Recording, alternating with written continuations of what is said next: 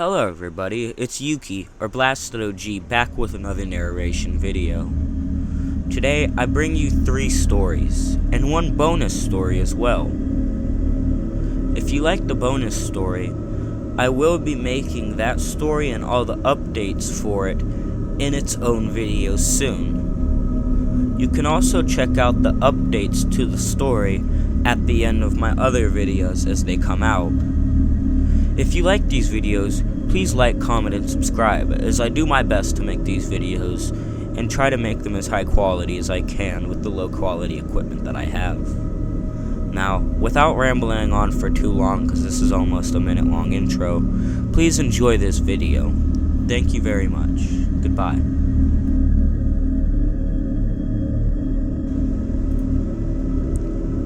In the early 2000s, I was around 20 and had a boyfriend I would visit on the weekends.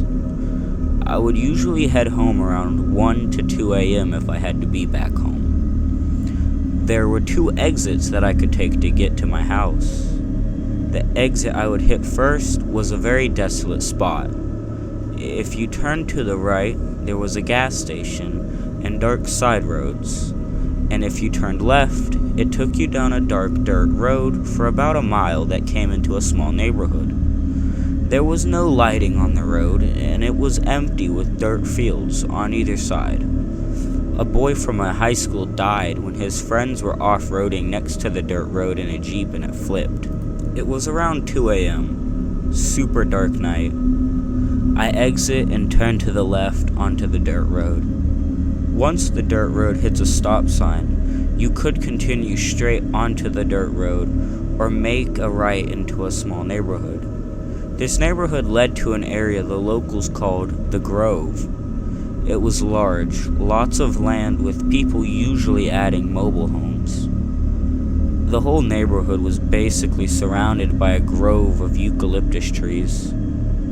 This area had no street lights either, and random unpaved roads. I had to pass this area to get to my neighborhood. My lights hit the dirt road, and up ahead, I saw someone walking on the shoulder. They weren't walking facing me, but the direction I was driving. I noticed the person is wearing a black hat with a very curly ponytail through the back. A polo that was recognized as something that may be the uniform for the gas station, and carrying a grocery takeout bag. I was thinking, how is this girl walking home alone in the dark at this hour? I pulled up next to her and tell her it's scary out here and I can give her a ride home. She gets in, and beyond directions, we don't really talk. She got off at a dark street. Thinking back now, I couldn't tell you what her face looked like. I just remember her being a young brunette. I also couldn't tell you the street I dropped her off at either. I had actually forgotten all about it a few weeks later when I was driving home around the same time. My lights again saw someone walking on the shoulder. I see a black, curly ponytail carrying a plastic bag. I pull up and roll down my window to offer her a ride again. And when the face popped down, it wasn't the female I had given a ride weeks previous. It was a man. He had blue eyes, stubble on his face, and some scars from bad skin. The second he looked inside and my eyes locked with his, I had the worst feeling of dread. I immediately just sped off terrified. I continued home at that time and never saw anyone walking at that hour again. Such a weird coincidence that they looked so similar from behind. I'm just grateful that he didn't grab the door and hop in before I realized it wasn't who I thought it was. I can still see his face clear as day in my memory. Those eyes still give me chills I remember that night.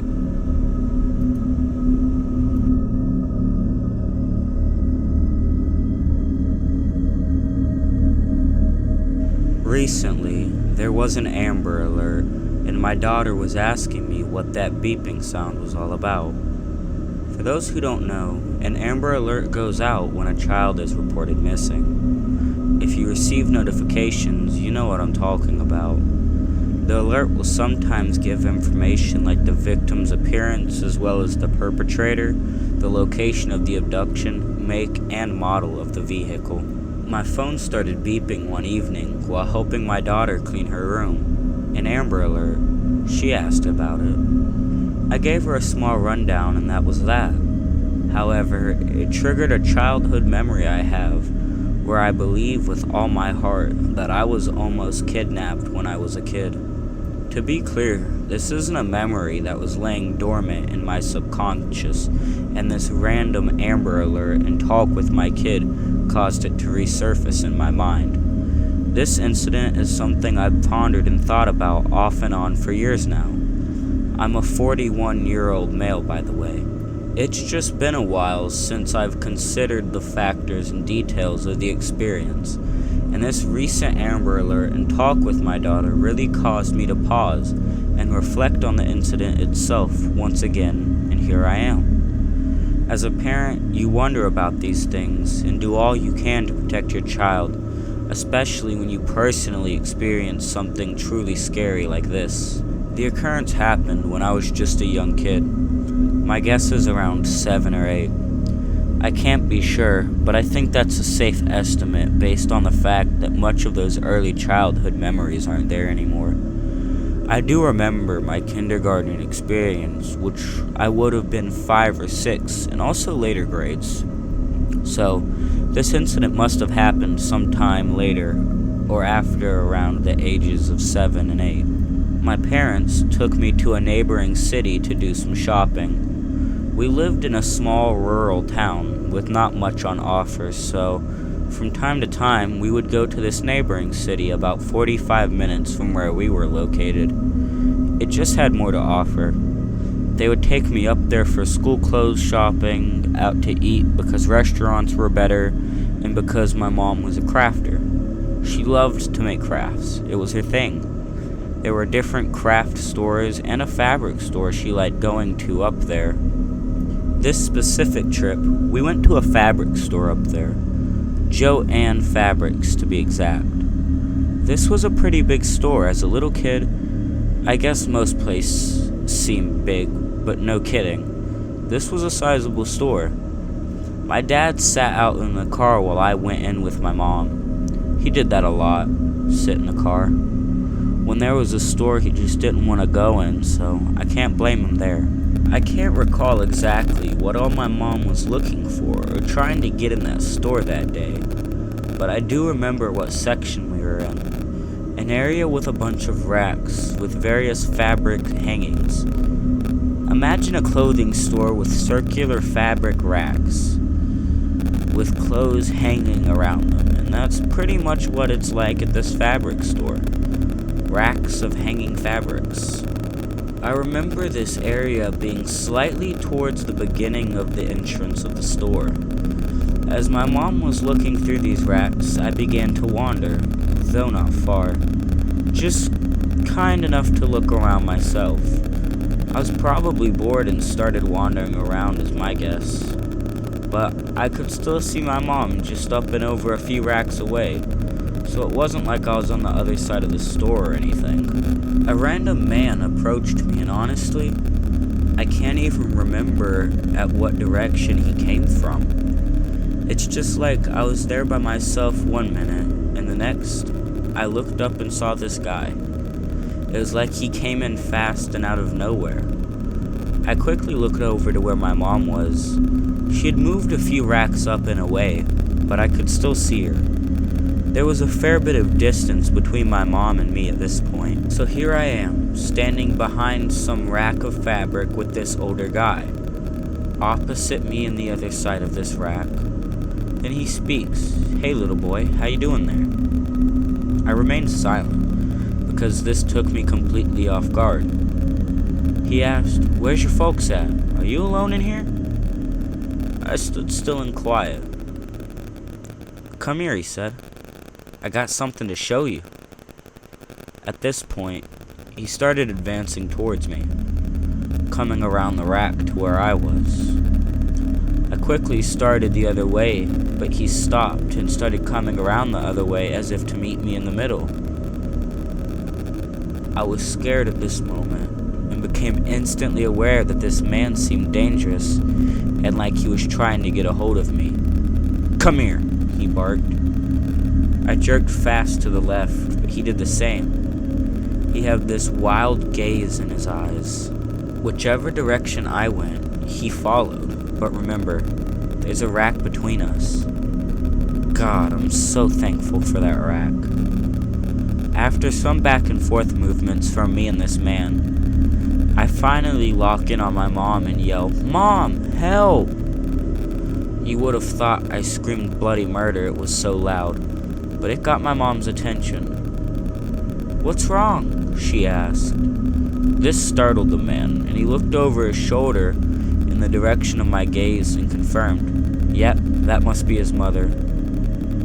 His demeanor completely changed as if everything was just fun and games, and he was just messing around, and he said as much to my mom. "I was just messing around with him. No harm, ma'am." My mom came to where I was, and as we reconnected, this guy just tips his hat at my mom and makes his way out of the store. I explained to my mom what just happened, that this guy was trying to get me. I was so upset and shook up. She told me I did the right thing by yelling and getting her attention. It was terrifying for sure, and I'm thankful something crazy didn't happen. Could I have been imagining things like maybe this guy was really just messing around? I very much think there were nefarious intentions. Why would a random older guy be pursuing a fabric store? If he was there for something like crafts or fabrics, why promptly leave when confronted? I truly believe he was up to no good. Anyway, that's my story. I appreciate anyone taking the time to read.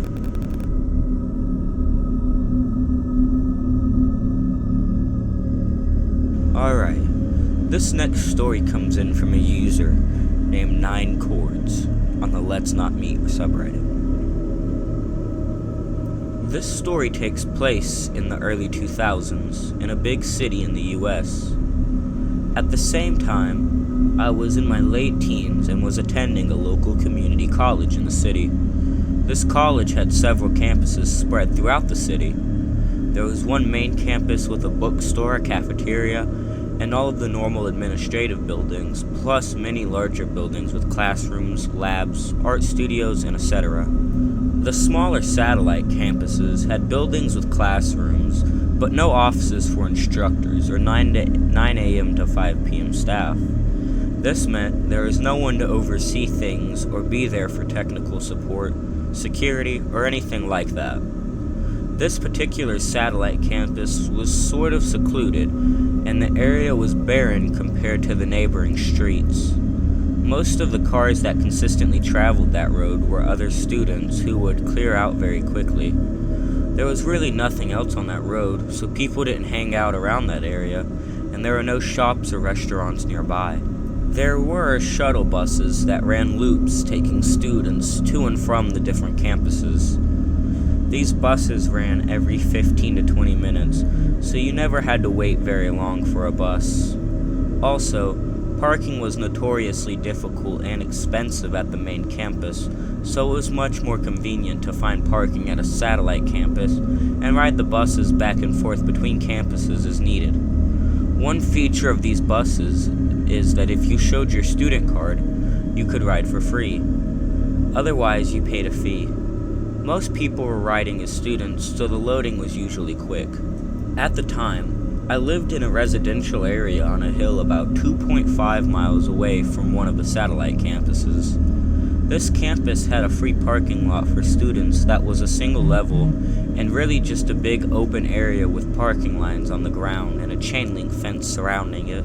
This particular day, I ended up walking from my house to the bus stop at the satellite campus so I could ride the bus to the main campus to attend classes. I usually preferred to drive and park in the free lot and ride the bus, but for some reason, I ended up walking on this particular day.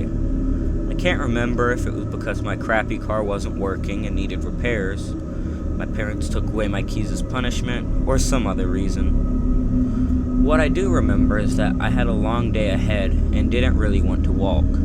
Everything went fine throughout the day, and I went to my classes. I got out of my last class in the late afternoon/early evening, probably around 6 p.m., just before the sun started setting. I waited on main campus to catch the bus so I could walk home. One of my classmates was also riding that bus to get back to his car at the satellite campus.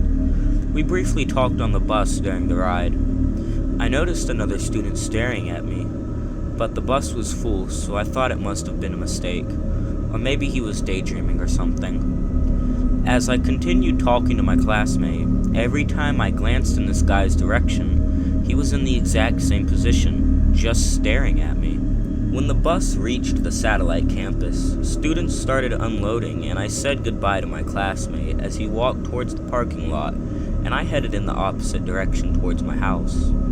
I hated walking up the small hill to get to the main highway-like road, because the sidewalk abruptly ended on both sides before you started to climb the hill. You had to walk on the street in a very small shoulder right next to lanes with cars to get to the top of the hill where the sidewalk resumed. As I walked up the hill, an older sedan pulled up next to me with the passenger window open, and the person inside asked if I wanted a ride.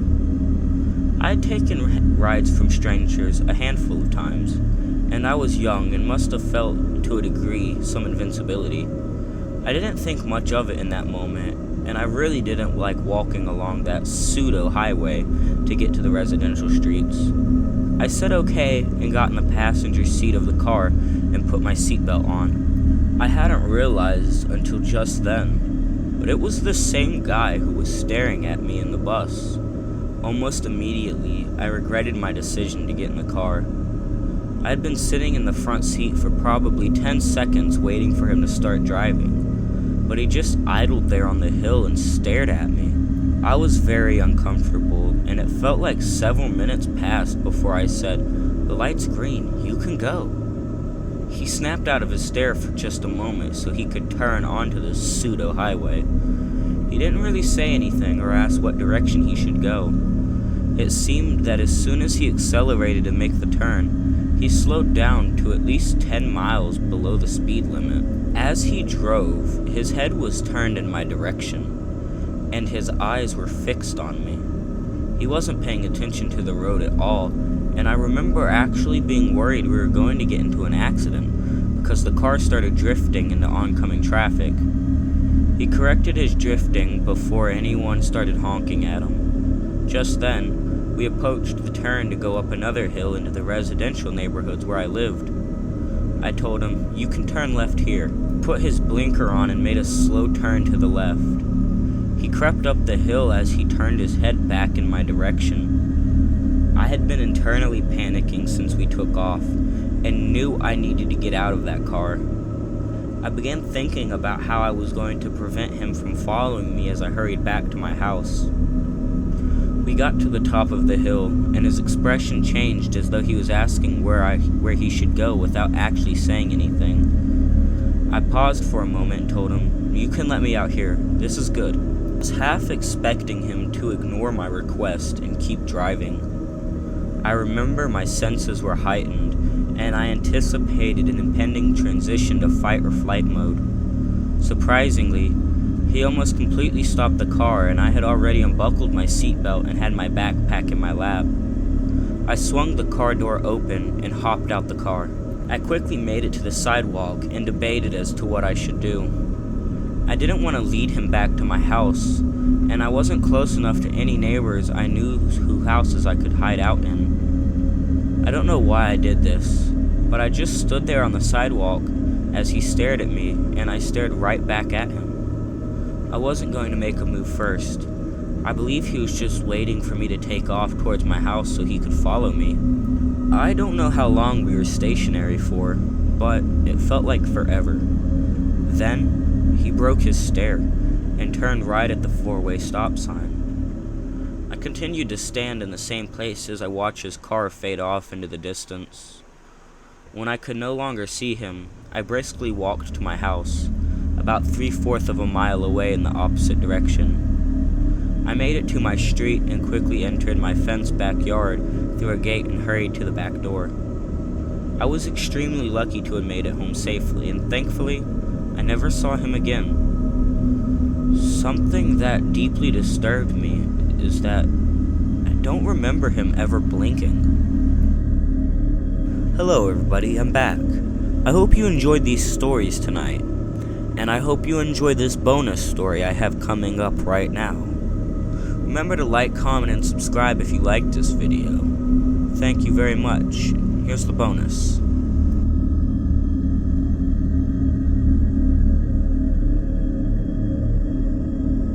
This bonus story comes in from Brilliant Bex, 1992, from the Let's Not Meet subreddit.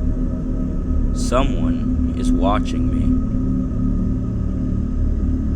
I've had people stalk and follow me before, and because of that and my true crime addiction, I've become supremely paranoid and a solid curtain twitcher. I, 31F, reside in an upstairs room that was my first room to myself as a child. I had to leave a bad situation and therefore ended back up at my childhood home. For reference, when our house was built, we were told that the field to our left, with horses and a barn at the time, would one day be soon a development. It was 2000 when we were told that. It wasn't until 2022 that roads started to be formed and foundations laid. I'd already had someone follow me home before when I was young, but I was in a different bedroom next door. My parents put in a free library that's right below my window, and nighttime security lights that are very bright and turn on if you're within like 20 feet of the side of my house that my room is on. I have to admit, having an open field next to me so long made me accustomed to not closing the curtains when I change, because there is never anyone to watch. Now there is. For the past 2 weeks, the burglar lights next to the free library have been going off late at night, because one side of the curtain is open so I can use my vape. That's the only reason I've noticed at all. I didn't think too much at first. We lock all the doors and windows every night, and I'm on the second floor. I also always looked out to see if it was a car, someone walking their dog, or a deer, only to see nothing. To add, they put a shit ton of streetlights around this area, so visibility was really good. But it just kept happening. So last night, I did my usual, and I saw the lights come on out of my peripherals. I acted natural, giving full view out the window as I was going to bed. It was about 3 a.m., turning the TV off, closing the window and curtains, turning the light out. And then I ducked down, peering through the curtains to the sidewalk below. I honestly thought I was going to pass out, when after a few minutes, maybe about 5, someone comes out from the side of my house, all silhouette, dressed in black. They kept their back to me until the light turned off, but I swear I could still see them standing there, looking up like they could see me. I called the police, but while I was on the phone with the operator, I saw him run off. There wasn't much they could do, except they said they'd have a car drive around and look. My parents are asleep, and I know I have to tell them tomorrow. It scares the crap out of me. If it hadn't been happening for weeks and was a solo incident, I'd probably be fine about it. But the fact that the light has been going off without me seeing activity, and what happened tonight, makes me think this person has been watching me and my house. To the person outside my window, let's please never fucking meet. Small update. I did tell my parents, and at first they brushed me off, claiming I had a couple drinks and it was late, so I probably just saw someone checking out the library.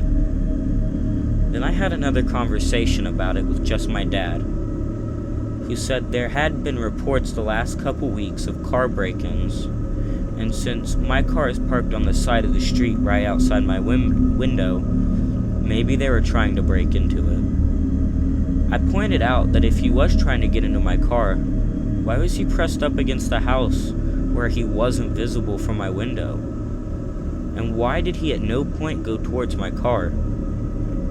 I think I freaked him out enough that we are potentially going to get a camera for that area. Given all the development happening around us, I think it's smart even without this incident. Thank you for all your advice and replies. I'll update here again if anything happens. Okay, well that's really all I have for today's video. I really hope you enjoyed it. Once again, like, comment, and subscribe if you did, and I really appreciate it. Other than that, I'm gonna let you guys go tonight. Have a good night and sweet dreams.